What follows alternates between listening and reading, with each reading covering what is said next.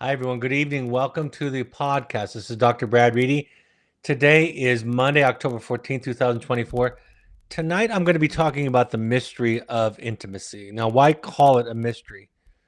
I think it's because so much of what drives our behavior lies deep within our unconscious. Even our choice of partners lies in that unconscious material that we have very little access to at the time of our marriage. So, tonight I'm going to tell you a story about marriage and about intimacy. And before I get too far into this, I just want to say something. A lot of this is taken from the book, The Eden Project, The Search for the Magical Other by James Hollis. The ideas in it, at least, are contained in that book. It is my favorite book on marriage and intimacy. It's a dense and intense read. It's not something that you can breeze through. It's not very long at all, but the ideas, especially if they're new to you, can be very, very weighty.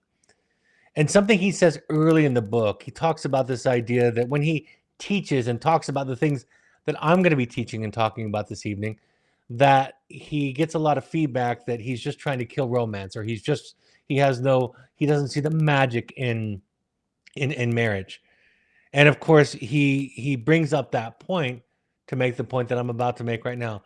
I'm not here to tell you anything that's magical or wonderful about him. I'm here really to talk about the truth. I'm here really to talk about what happens. And for me, there is nothing more beautiful than the truth in our stories. It gives us the opportunity to see what we're participating in, to see where our work lies, to see what we have control over, what we don't. So if some of what I'm saying sounds like I'm trying to throw a wet blanket over romance, really I'm trying just to do the opposite. It is my own experience that discovering the principles that I'm going to talk about tonight in my own marriage have given it so much more beauty, so much more depth, have created for me something beyond what I could have even imagined marriage with my partner to be. So, with that, let's get into it. Years ago, I went to a couples therapist, and me and my business partners were having some difficulties at a critical point in our work together. And this particular therapist was also a business coach. So he was able to combine his business coaching with his experience as a marriage therapist. And he began the first session with the question, what is your responsibility in marriage? Now, to set the scene, everybody in that group of four, was a therapist, and three of us had doctoral degrees in marriage and family therapy. So we thought about this answer, and there were wonderful answers. We all had our answers, our thoughts about what marriage was. And he paused after listening to our answer. He said, what if your job, your responsibility in marriage was to be happy with your partner, to be happy in your marriage? How are you then doing in that job?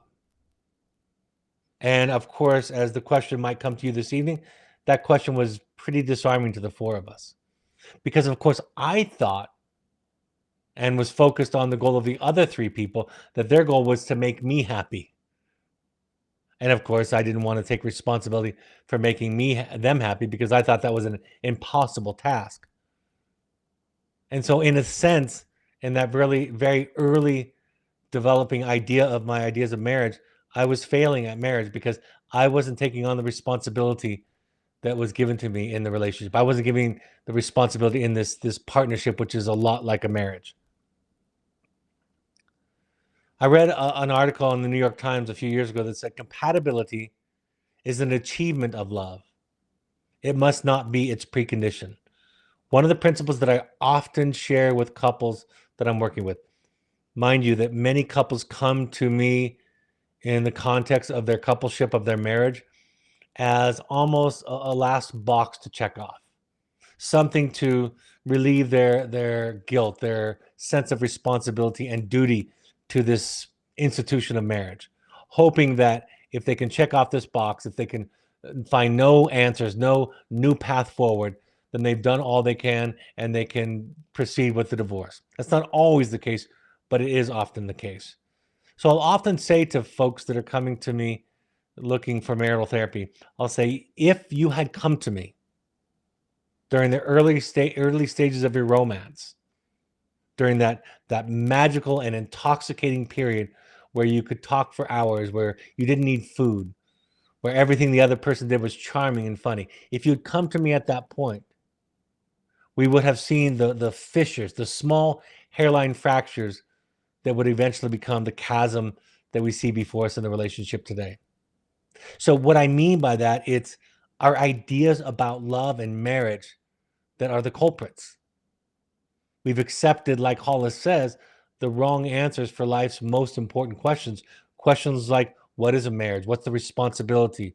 What's my duty to the other person? What is love? That question, just that question alone, is something that so few people can understand and articulate well. They have ideas that come from romance novels or rom-coms, ideas that come from popular culture. And as all of us know, in various areas of our life, that the ideas that come from popular culture and movies don't contain in them a lot of truth.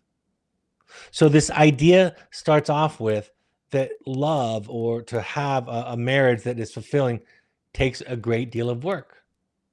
It's something you have to negotiate. And at the outset, I want to say tonight this: if you're at a point of contention in your marriage, a decision, a parenting issue, how to spend time during the holidays, how the roles in the house should be divided. Maybe you're having that same old argument.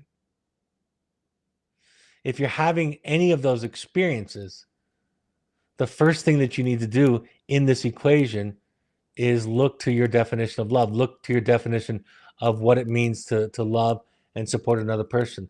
And that starts with your own history. I wanted to talk about marriage tonight because as I make this transition from the old program to the Finding You program, I want to emphasize that in all of this work, in all that I will be teaching, there are threads of truth that connect all of it together. Like the old Zen Buddhist saying, the way you do one thing is the way you do everything. So I might be talking about parenting. I might be talking about intimacy. I might be talking about our own development. But I'm still talking about what shapes us, how our personalities are built. And this comes to an important point. If you're at those crossroads, if you're trying to negotiate or compromise or figure out where the two ends meet, you're really asking the question, who are you? Who am I? Is this compromise that's being asked of me, does it take away too much of what is core to me, what is central to who I am, what I need, what I feel? Or is this something that I can give up and sacrifice and compromise just some? And your partner has the exact same questions. So the question again, just like in parenting, just like in all the questions, all those threads, the question comes back to, who am I? And that's why so little of my instruction tonight, so little of my therapy with working with couples is about what to do. Because the work is fundamental. The work is the same whether you stay in the marriage or the relationship or whether you get out of it. And getting out of it won't solve anything, at least not at a fundamental level. All it does is change the context, and you'll still have the same work if you have not addressed it. So the first premise is you have the same work either way. I love what my therapist said to me many years ago when I was venting, as I do, about my wife in psychotherapy, just as she does in her psychotherapy about me, because I go to that place because I don't have to filter myself. I can be raw. I can be angry. I can say things that I know would be triggering to her. I know she says things to our therapist, to her therapist, when she's meeting with her alone that would be triggering to me. So I go to that safe place to take care of those emotions, to attend to them. So then when I go back into my relationship with my wife, some of that raw fuel is burned off and I'm more regulated. My nervous system is calmer and I'm more available to the relationship intimacy. So I go to those places to complain. I go to those places to vent. And I was saying to her one time, talking about this, and she just paused me in the middle of my talking as I was asking rhetorical questions. And she said, if you weren't in this marriage, your life would be different. Not better or worse, just different. So she said, you get to choose. Is this what you want? And like I always teach, there's no right answer. There's no nirvana on the other side of this decision. It just comes out of your work. It comes out of your awareness of who you are, about what you need. So the work is the same. If you weren't married to the partner you were with, let's say you changed professions, your life would be different. There'd be some things that you would like and some things you wouldn't.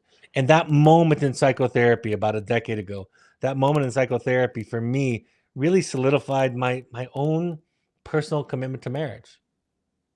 Now, when my wife are having the struggles that we have because of her baggage, because of my baggage, I remember this is the work that I've chosen. This is the baggage that I've chosen. And if my wife were to disappear, I would marry some version of her again, because that's where I'm at. And one more thought about this idea of the work is to develop a compatibility and a love. I was once talking to a young adult, and I was talking about his marriage or his partnership with somebody that he thought might get married. And at one point I said, you can only marry somebody that's at about your level of consciousness. People that are more evolved than you won't make sense. They won't be attracted to you. Frankly, you won't be attracted to them. And the same goes true for people that are less evolved, less mature than you. They won't be attracted to you, and you won't be attracted to them. So this illusion that I know I love to hold on to sometimes, that I am far and above more healthy than my wife and she's really the one that's struggling, is just that. It is an illusion. We match with people who are around the same level of differentiation, of maturity, of emotional evolution, of awareness, of consciousness. We match people that fit our histories, that fit our jagged, broken parts. Our parts fit into theirs. And again, that's not a tragic edict about the prospect of marriage. It's just what happens to human beings. I learned many years ago that for marriage to be successful, for my marriage to be successful, one must learn to fall in love with our partner's dilemma over and over again.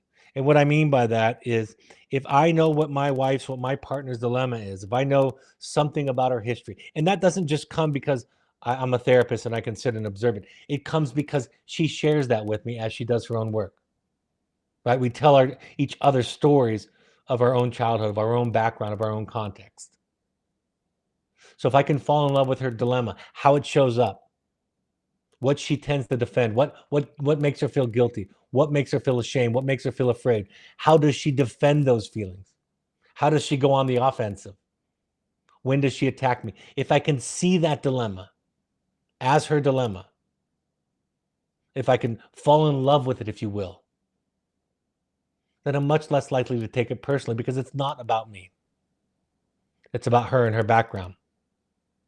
The master therapist Heinz Kohut said the mark of a good marriage is when only one of you goes crazy at a time. Part of my core tenet of what I believe is that we all are on the mental health, mental illness continuum. We like to think of mental health and a lot of other things, and I've talked about that on another broadcast. We like to think of things in a binary, a positive, a negative, a black or a white, an us or a them. We love to simplify life and all of its mystery and all of its ambiguity down to something more rudimentary. We do that to make life more manageable. And we do that with the ideas of mental health. But the fact of the matter is, there are some contexts, some situations that I'm more healthy than others. There are some that I'm a lot less healthy than others. There are some ways that I'm evolved. There are some ways that I'm unevolved. And for me, in the work that I do with clients, that moment when a client starts to see without shame, because it only can be seen clearly without shame, starts to see their own dents, their own bruises, their own darkness, starts to confess it and share it, to recognize it, to take responsibility for it. That's the moment when the magic begins. That's the moment to celebrate. Remember, it's not your fault what happened to you. But we're clear about that. What happened to you growing up was not your fault. But now it is your responsibility to deal with it. And if you don't deal with it, your intimate relationships, specifically marriage and with your children, will expose all of your undone work. Intimacy is angry, terrifying, hurtful, painful, and joyful. It is the bad news that we don't want to hear. It is all that we are, and it asks us to confront the parts of us that we have avoided up to this point. And for me, that's the joy, that's the good news of marriage, is that my wife and the arguments, the fights, the dilemmas that we experience as a couple show me the way, show me where my work is. In the early stages of romance, of course, like I said, it is absolutely intoxicating. In my chapter in The Audacity to Be You, I refer to it as psychotic, right? And that's not too much of a stretch. We don't see reality when we first fall in love. If you've watched a loved one, a child, a friend, a sibling fall in love, you see clearly it is a psychotic process. The person, the individual who falls in love projects all of their needs onto the partner. My partner will save me from my own dilemma. My partner will do the work for me. My partner will rescue me from this loneliness, from my family of origin, from my past, from my history. And I will do the same for them. We use words like, you complete me. He is everything. She is my world. He is my best friend, my lover, and my biggest supporter. She is my better half. These words start to talk in very overt ways about a person that's not whole, about a person who's relying on somebody else to be a whole person. And we think that romantic. We think somehow that idea of being a partial person, not even a full person, we somehow romanticize that idea. While all of the above ideas might sound wonderful and may express in a poetic sense the powerful nature of romantic love, these statements can also reveal a fundamental misunderstanding of what it means to be in a healthy, mature, and intimate relationship. The idea of two becoming one in a psychological sense may be the seed of later problems in marriage. For me, it was that I was going to rescue her from her fear and her anxiety. And conversely, she was going to rescue me by giving me the love that I never felt from my parents who were unavailable to me growing up. And we call that blending of pathologies, right? That abdicating your responsibility onto the other. We call that falling in love. We call that our courtship. The master, famous and prolific writer, Dr. Irving Yalom, says it this way in one of his books. He says, I do not like to work with patients who are in love. Perhaps it is because of envy. I too crave enchantment.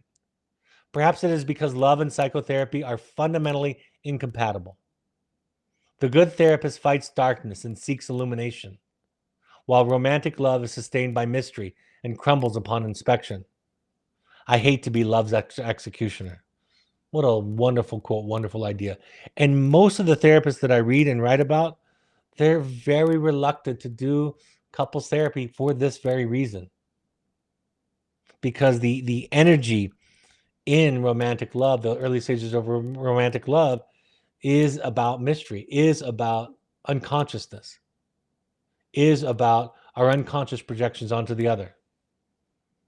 As James Hollis, the author of the Eden Project, writes, to be fascinated by the other is to be possessed by an affected idea. This is what happens in projection. In the most rabid stage of being in love, and rabid is by no means too strong of a word, one is unable to do other than obsess on the other. One is caught in the projective identification with the heart's desires. The boundaries between self and other dissolving again as they did for the infant. And then I wrote, romantic love is the discovery of a home that never was. And when the projections fall away, as they must, the work for an enduring love begins. We come together because something unconsciously attracts us. Something in our background tells us that this other person will give us something that we've been longing for our whole life, this home that never was. This sense of belonging, of unconditional love that is, we believe, sure to provide us with a sense of peace forever. One of my favorite books on the shadow by a list of authors, this particular article that I'm quoting here is from Robert Bly. He talks about this idea of romantic love and the shadow. The shadow is the part of us, the unconscious, where we hide the aspects of ourselves that we have been told are unacceptable, are ugly, are burdensome, the parts of ourselves that threaten us. that our family and our background, our peers, our teachers, our culture tell us are unattractive. And that becomes our shadow side. So in describing the shadow, Robert Bly explains this development of a couple in marriage. He says, one day we noticed that our parents didn't like certain parts of this ball of light that we are. So to keep our parents' love, we put those parts in the bag. Next, teachers and peers have their say, telling us what is acceptable and what isn't. Bly describes this process using the imagery of a bag that we drag behind us. We put all those parts of ourselves in the bag to keep from being alone. In middle school, high school, and college, the process accelerates, and our stuffing of the bag fills it up larger and larger. Then, and I quote, out of a ground globe of energy, the 20-year-old ends up with a slice. We'll imagine a man who has a thin slice left, and we'll imagine that he meets a woman. Let's say they are both 24. She has a thin, elegant slice left. They join each other in a ceremony, and this union of the two slices is called a marriage. Even together, the two slices do not make up one person. So while many imagine this fusion of two into one romantically, it can be a condition of psychosis, a severe distortion of reality, that is. The phrase crazy about you may be an accurate depiction of the early stages of romantic love. As the relationship grows, fissures are exposed, and later with time and pressure, they may become chasms.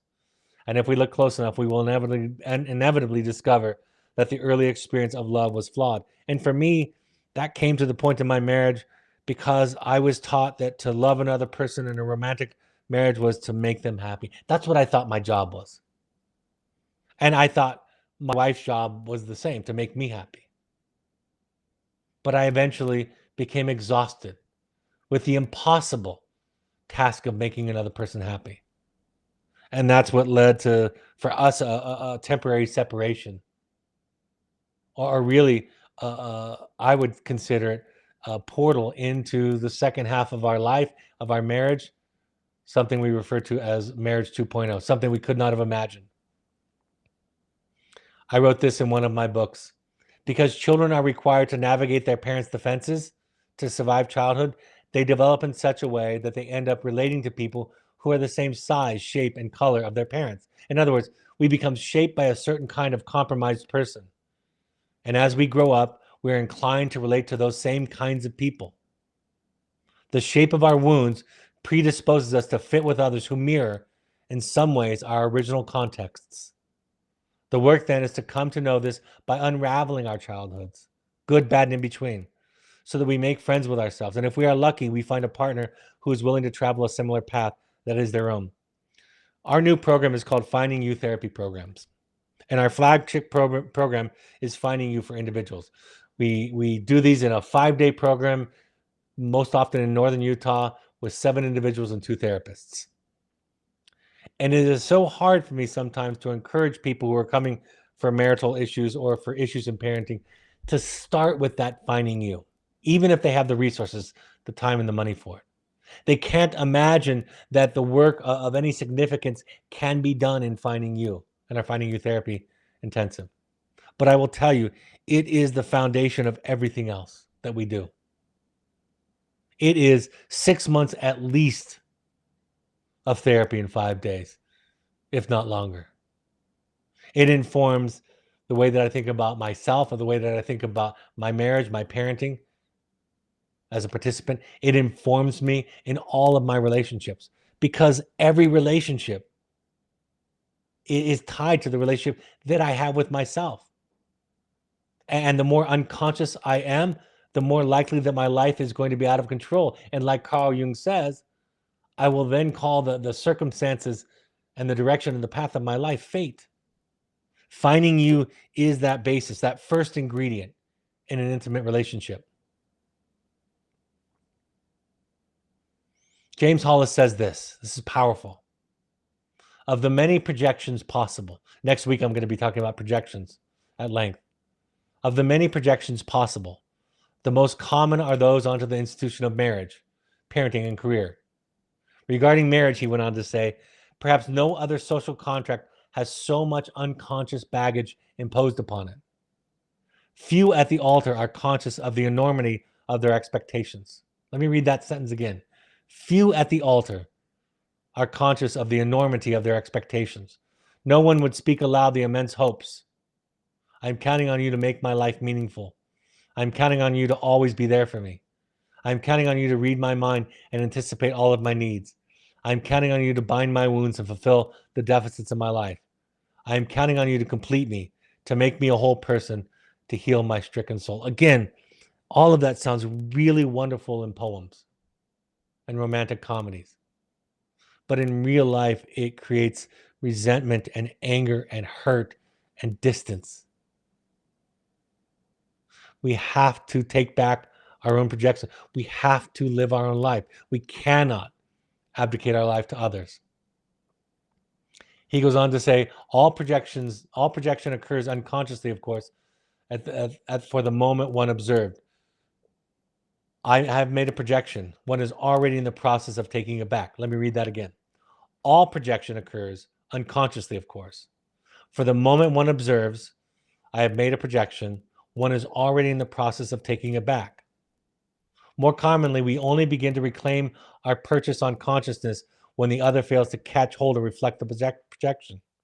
When it doesn't fit, when it doesn't land, when it doesn't stick to them, that's often when we start to take back the projection and the responsibility for our own lives.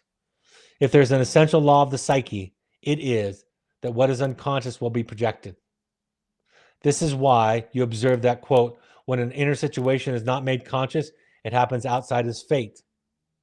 But since the psychic consists of a multiple of split off shards of energy, complex and archetypal forms, virtually all of which are unconscious, there's always ample opportunity for projection. As I can never know the unconscious by definition or practice, so I can never know what energies may be acting autonomously. Wait. How am I going to say that? I know how to say that word.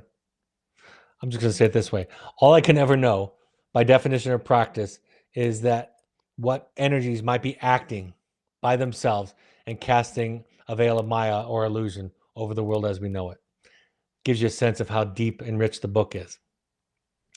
When I meet with couples, the one thing I always talk about is divorce has to be an option. A lot of couples will come to me stating divorce is not an option, but it must be a consideration, because if divorce is not an option, then there is no marriage. If the option doesn't exist to leave the marriage, then you're not choosing to stay. And choosing to stay must be a conscious choice for this marriage to be successful. Oftentimes I like to think of it as two projects in intimacy. The first project is, and I've been talking about this a little bit this evening, is to know who you are and to communicate to the other person who you are, what you need, what you want, what you like, what you don't want, what you prefer, what you can stand, what you can't. Requests, all of that is your responsibility to know, to develop, and to communicate. And the other side of the equation is to hold the other partner, in love and kindness and non-judgment.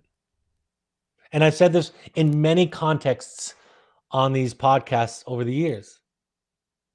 The first idea, telling the truth, knowing who you are, and telling the truth, gets a lot of press, a lot of ink. People write about that all the time. There are quotes all over social media about knowing your truth and strength and vulnerability and saying who you are and being that person. It's a very popular idea, as if it's the only ingredient in intimacy. But the fact of the matter is the second task in intimacy is just as important, equally, and maybe more difficult, at least not as visible and not as talked about. And that is holding the other with kindness and patience and compassion and non-judgment.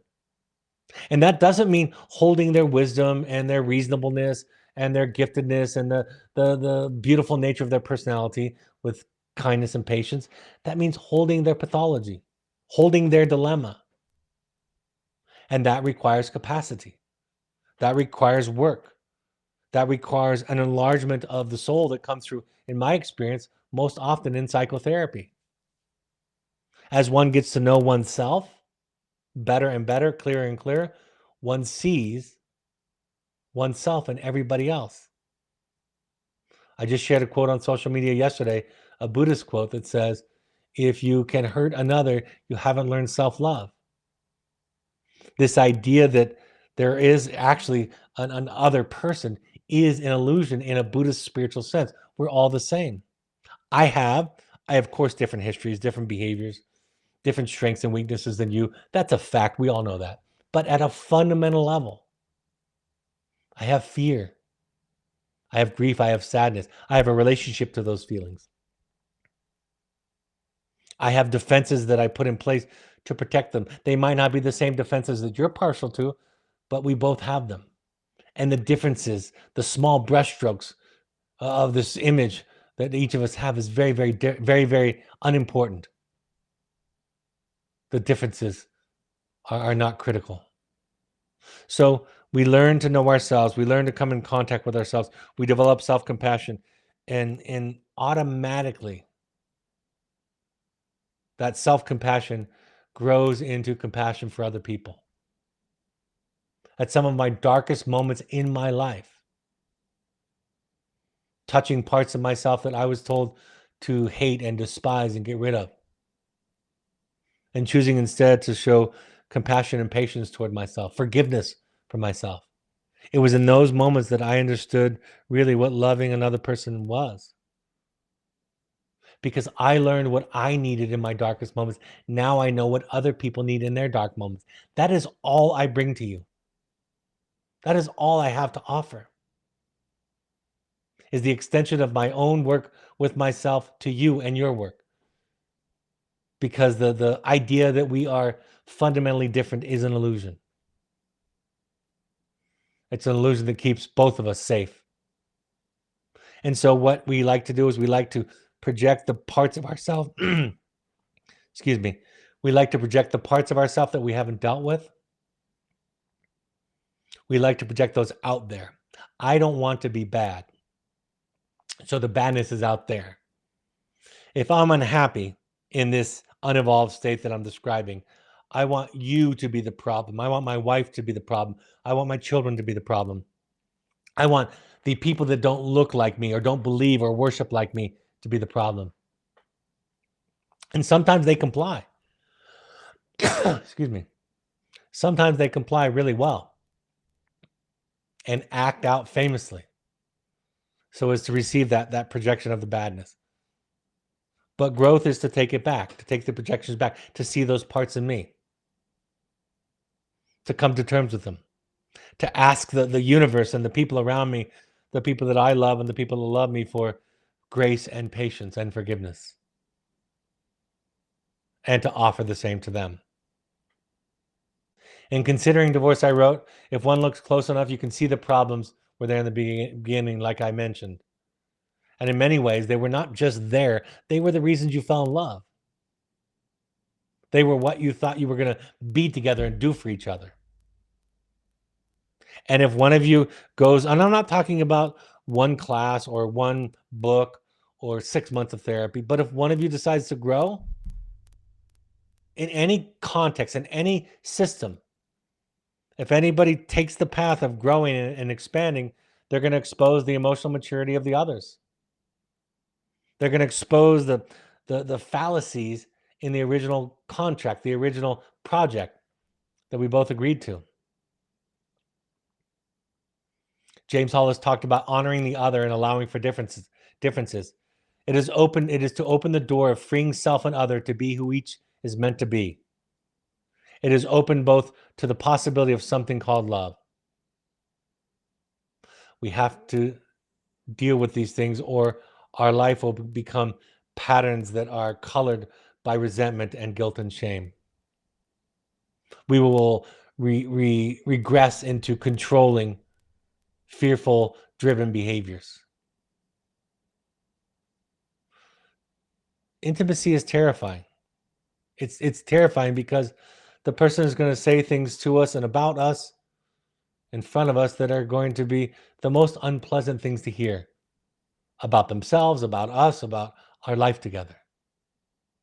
So when people talk about and romanticize this idea of intimacy, I always ask, are you sure? Are you sure you want to hear what your husband has to say?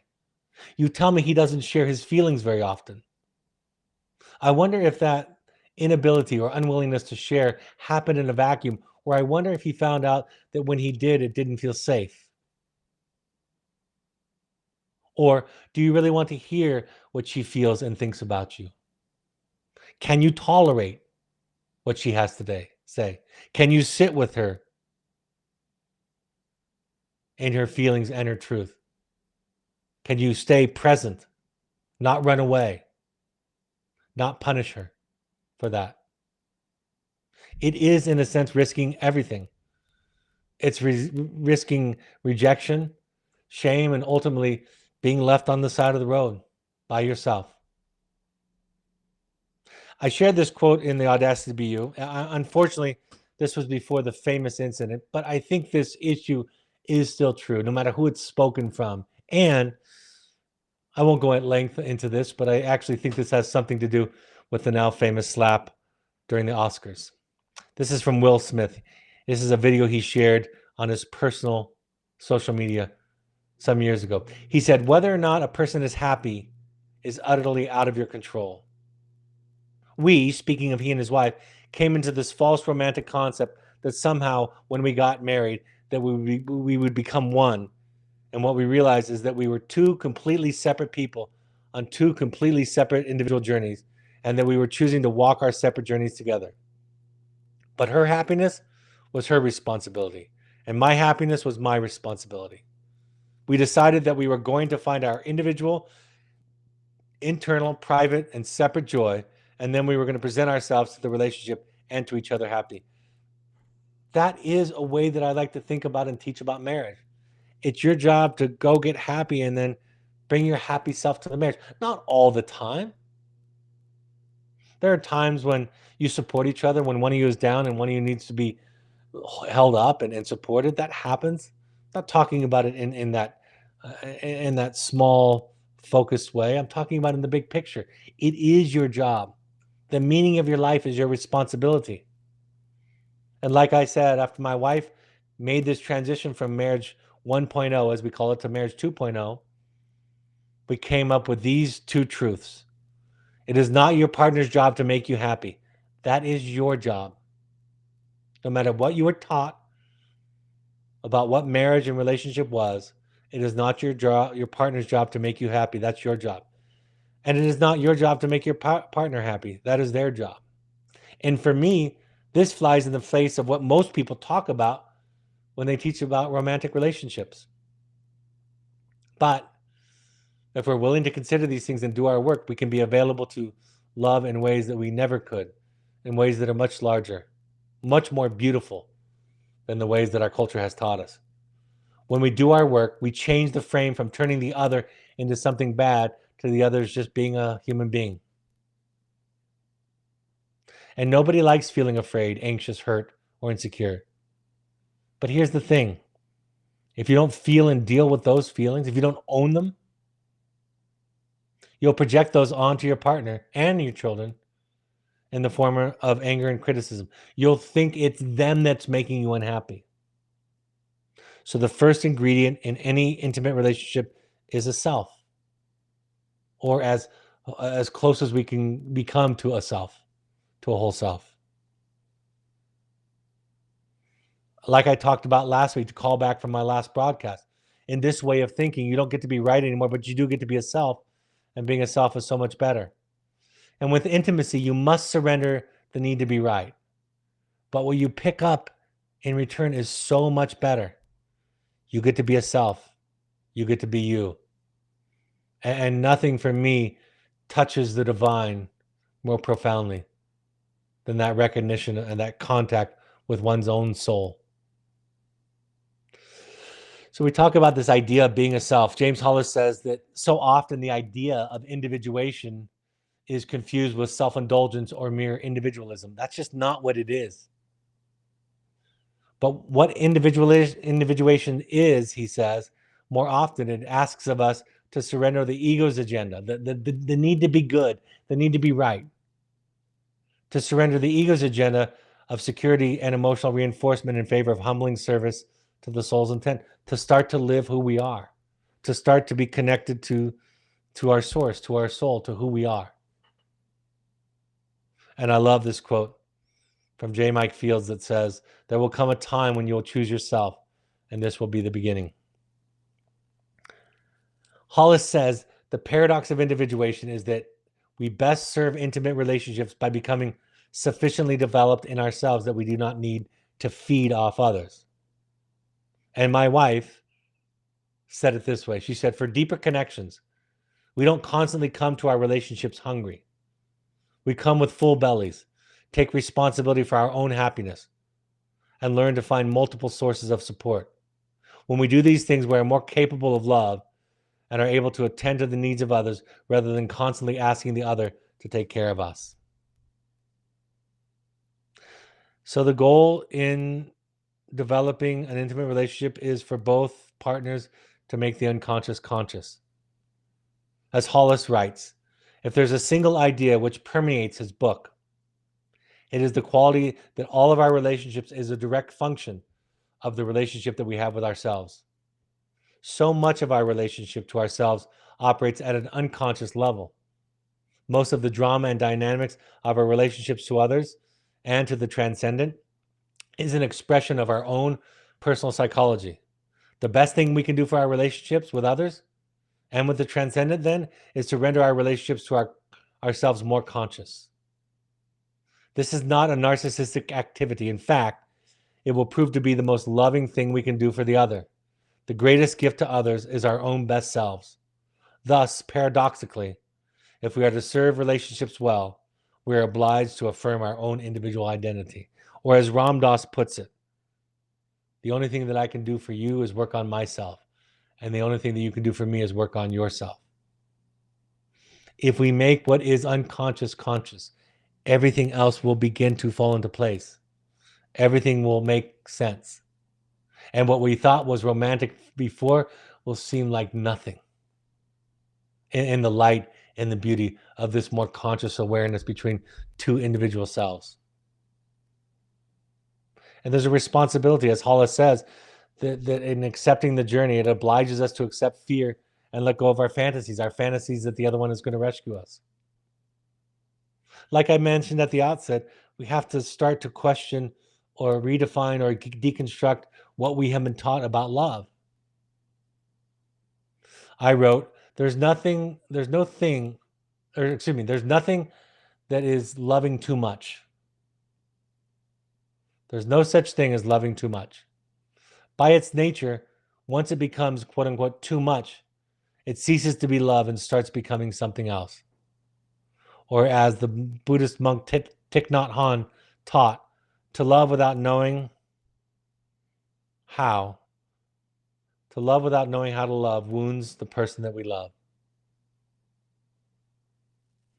And falling in love can be profound, like I mentioned, large, when we can be ourselves in a relationship and who we are is tolerated, even welcomed. When I have met and seen people fall out of love, it is most often not because of how the other person is in a sense, but it is because they could not be themselves.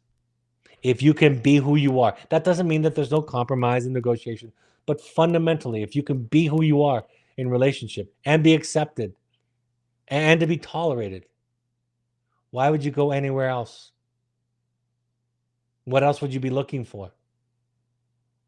You have arrived at the most beautiful place that one could arrive at, a place that is welcomed, and you will fall right back in love. The poet Rilke said, I hold this to be the highest task of a bond between two people, that each should stand guard over the solitude of the other. How am I to withhold my soul that it not impinge upon yours? Or as Khalil Gibran says in The Prophet, let there be spaces in your togetherness, and let the winds of the heavens dance between you. Love one another, but make not a bond of love. Let it rather be a moving sea between the shores of your souls.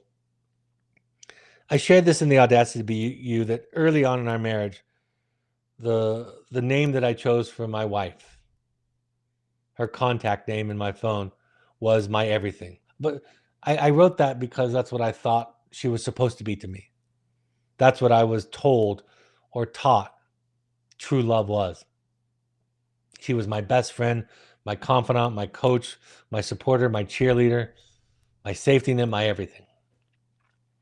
After we went through that brief separation, I realized that that was a mistake, that there's no way she could carry that heavy load, nor could I carry the same for her.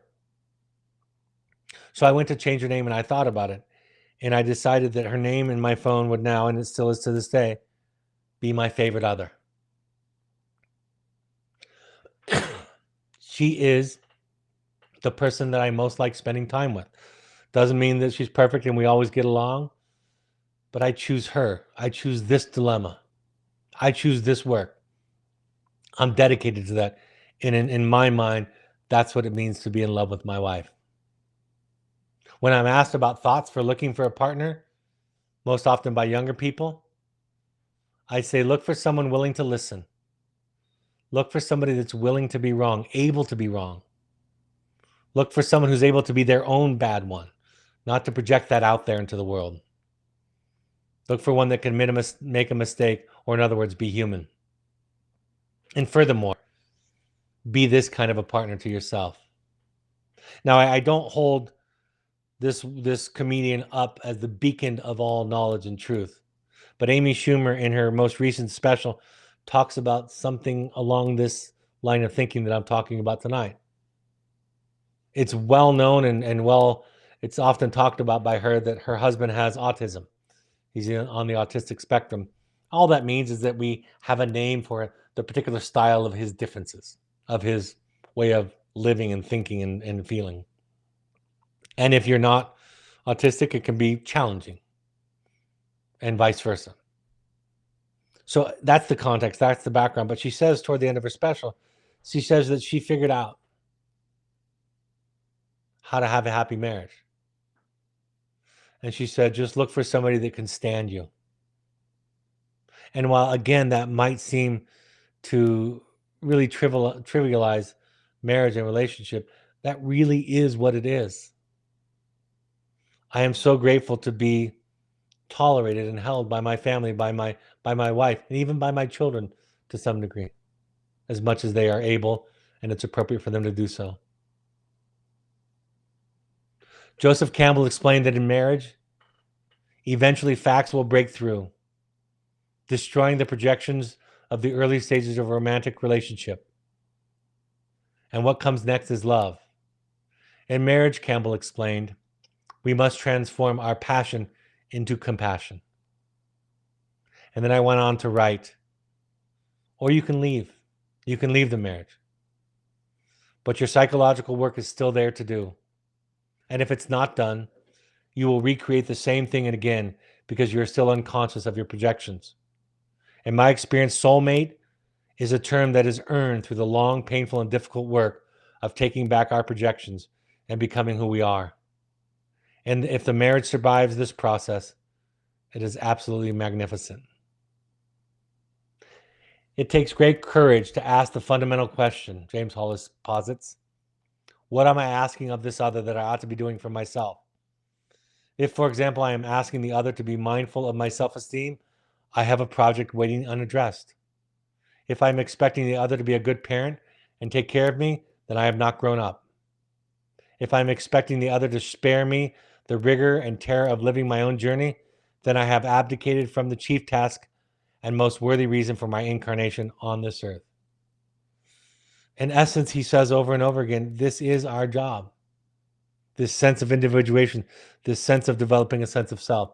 Only then can we be available to a marriage in a profound way, to an intimate relationship in a very meaningful way. The other great false idea, he says, that drives humankind is the fantasy of the magical other. That is the subtitle of his book, The Search for the Magical Other. The notion that there's one person out there that is right for us, that will make our lives work, a soulmate who will repair the ravages of our personal history, one who will be there for us, who will read our minds, know what we want, and meet those deepest needs, a good parent who will protect us from the suffering and, if we are lucky, spare us the perilous journey of our individuation, again, it goes back to why we emphasize, why most master therapists emphasize individual work first, because that is the foundation that the house of intimacy, of marriage, of coupleship is built upon. Behind the search for the magical other lies, he says, the archetypal power of the parental images, imagos. Our first experience of ourselves is in relationship to these primal others, usually mother or father. Consciousness itself arises out of the splitting of the primal participation mystique, which characterizes the infant's sensibility. The paradigms for self, for other, for the transactions between are formed in these early experiences. They are hardwired into our neurological and emotional network. All he's saying in a very articulate, dense way is that our history shapes us. Who we are, how we relate, how we think about other people, how we think about ourselves is all shaped in and by those earliest relationships. And so it becomes our responsibility to unpack those things. Our responsibility, as I wrote in The Audacity Be You, to learn to love our quote unquote horrible, rotten selves, unquote. To come to terms with who we are, to own our own dents, our own wounds, our own defenses, our own issues. Or as James Hollis simply puts it, accepting the journey obliges one to accept fear and to let go of our chief fantasies. More often, he writes, the pathology of the parent-child relationship is calling the shots. Who in their right mind would seek out someone and say, I want you to repeat my childhood wounding. I will love you because you are so familiar. In marriage, I think that the term soulmate is something that's earned through the daily lifelong work of the two people in it. We do our work, and this is how we say to each other, I love you. Joseph Campbell, as quoted in Hollis's book, writes, I think that one of the problems in marriage is that people don't realize what it is. They think it's a lifelong love affair, and it isn't. Marriage has nothing to do with being happy. It has to do with being transformed. And when the transformation is realized, it is a magnificent experience. But you have to submit. You have to yield. You have to give. You can't just dictate. And then Hollis makes the comment, transformation is about enlargement. And enlargement generally comes from suffering. So it's over and over and over again the same thing. Understand how you were shaped, who you are. Not the pretty, wonderful, talented, beautiful parts. Those are important. Those are kind of easy to see for most people. But learn to see the parts of yourself that you were told were unacceptable. Learn to see the parts of yourself that you learned or figured out that you needed to discard to still belong, to still fit in. That's our responsibility. That's how we say I love you to our partners. The capacity for this growth, Hollis says, depends on one's ability to internalize and take personal responsibility. If we forever see our life as a problem caused by others, a problem to be solved, no change will occur. And my very favorite quote on love, starting off with Gandhi and then Hollis. Mahatma Gandhi once remarked, a coward is incapable of exhibiting love. It is the prerogative of the brave. Projection, fusion, going home is easy. Loving another's otherness is heroic. If we really love other as other, we have heroically taken on the responsibility for our own individuation and our own journey. And this heroism may properly be called love. So that's the work as I understand it so far. And the work will occur either way. Whether you marry that person or divorce that person, whether you break up or stay together, you have the same exact work. And if you have a family and you can bear it, you might as well work on it inside the relationship. We have to understand our own madness. We have to come to terms with our own darkness, our own dents and bruises, wounds. Excuse me for the coughing tonight. We have to shift from being good to being a person and allow that of our other. and realize that love is something that matures between two people as each individual partner does their own work and takes back their projections. You have to know what your project is. Are you the one that's a good listener? If so, you probably have some work to do about telling the truth about who you are, no matter how the other person reacts. Are you one who talks a lot and shares a lot of feelings? You may have some work to do about listening with patience, about taking personal responsibility for your own reactions, your own triggers, your own trauma responses, the regulation of your own nervous system so as to provide a safe container for your partner. Understand what your project is and make that your life's work. And over time, you can and will learn to fall in love with the other one's dilemma. You'll be able to hold it, and you'll still have to refuel often, because our energy is a renewable resource. We have to develop the capacity over time, but we also have to develop it day to day by doing things that feed us. Remember, often in relationships, and I talk about this in my book, the talker is asking to be contained. It's asking. The talker tends to be taking, and the listener tends to be giving. That's why the very first speech I give when people come to Finding You is about this idea about what a gift of love it is to hold other people's issues with patience and compassion, how much it takes. That's really what a therapist does. It's a therapist holds somebody's wounds and sadness and fears and hurts. And those often show up in relationship as defenses and attacks and criticisms to the other. But the more capacity, the larger we become, the more we can hold.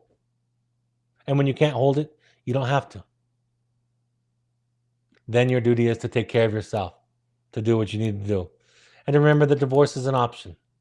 If divorce isn't an option, then love is not a choice, then marriage is not a choice. All right, folks, I hope that was helpful. The Journey of the Heroic Parent and The Audacity to Be You, my 2 books, are available on Amazon and Audible. You can use the QR code or just search them on Amazon or Audible. Our intensive's coming up. We have an online intensive November 15th through 17th. That's 2.5 days over the weekend. So if time and money is a limited resource for you, is scarce right now, then the online intensive is a wonderful way to use this accelerator or springboard into your work. I'll be running the December Finding You. I don't know when the next one I'll run is, so a lot of people write asking when I'm running one. December 4th through 8th. I'll be running the Finding You Intensive hosted in Midway, Utah. We're going to announce the masterclass will be announced. Our website is going to go live. Our new website is going to go live in the next day or so. So you'll get a blast with that. We're really excited about it. I'm also going to be hosting a conscious parenting workshop coming up. Any questions about private intensives for couples, for individuals, for families that you want to ask about? If you want copies of the slides, if you want to make suggestions, if you want to just share what's going on with you, write us at info@findingyouprograms.com. That's info@findingyouprograms.com. And again, if you're listening to this, if you're watching this, you can find these recordings in the same place on the podcast app under Finding You, a Podcast by Dr. Brad Reedy. Thanks for joining me this evening. Next week, I'm going to be talking about projection at length. What we do with how we split off parts of ourselves. I'll go more in depth into projection and how that figures into our mental health. That'll be Tuesday, October 22nd at 6 p.m. Mountain Time. Again, info@findingyouprograms.com for all things Finding You. Thanks for joining me this evening. I hope this is a helpful point of contact for and on behalf of the people that you love and the people that love you. Thank you for doing this, because your work makes all the difference in the world. Have a great evening, and I'll talk to you next week. Bye-bye.